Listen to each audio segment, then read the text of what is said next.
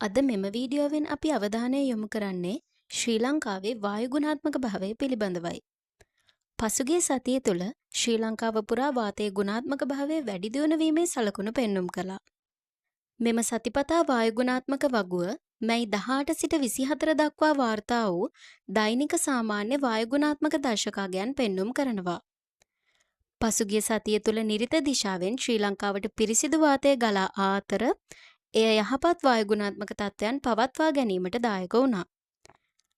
කෙසේ වෙතත් මැයි 23 වන දින ත්‍රිකුණාමලයේ දෛනික සාමාන්‍ය වායු ගුණාත්මක දර්ශකය 112ක් ලෙස වාර්තා කළ අතර එය සංවේදී කණ්ඩායම් සඳහා සෞඛ්‍යයට අහිතකර කාණ්ඩයට අයත් වෙනවා.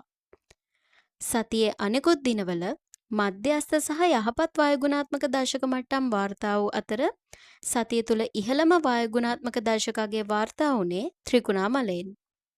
සතිපතා සාමාන්‍ය වායු ගුණාත්මක දර්ශකයන් සැලකිල්ලට ගත් විට අකුරණ, දිගන, නුවරඑළිය, කලවාන සහ ත්‍රිකුණාමලය මධ්‍යස්ථ මට්ටම් වාර්තා කළ අතර අනෙකුත් සියලුම නිරීක්ෂණ ස්ථාන යහපත් වායු ගුණාත්මක මට්ටම් වාර්තා කළා.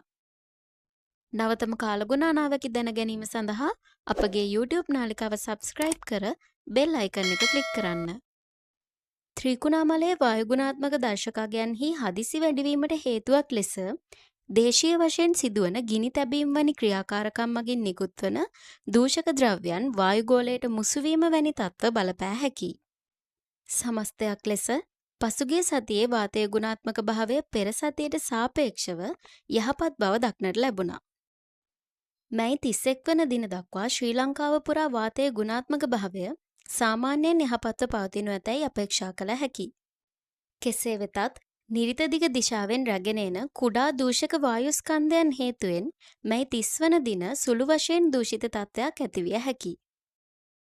මීළඟ සතියේත් මේ අයුරින්ම නවතම කාලගුණික තොරතුරු රැගෙන එන තෙක් නවතම කාලගුණානාවකි දැන ගැනීම සඳහා අපගේ YouTube නාලිකාව සබ්ස්ක්‍රයිබ් කර බෙල් අයිකන් එක ක්ලික් කරන්න. ඒ වගේම වීඩියෝ එක ෂෙයා කර ශ්‍රී ලංකාවේ දේශගුණික සාක්ෂරතාවයේ ඉහළ නැංවීමට ඔබත් දායක වන්න.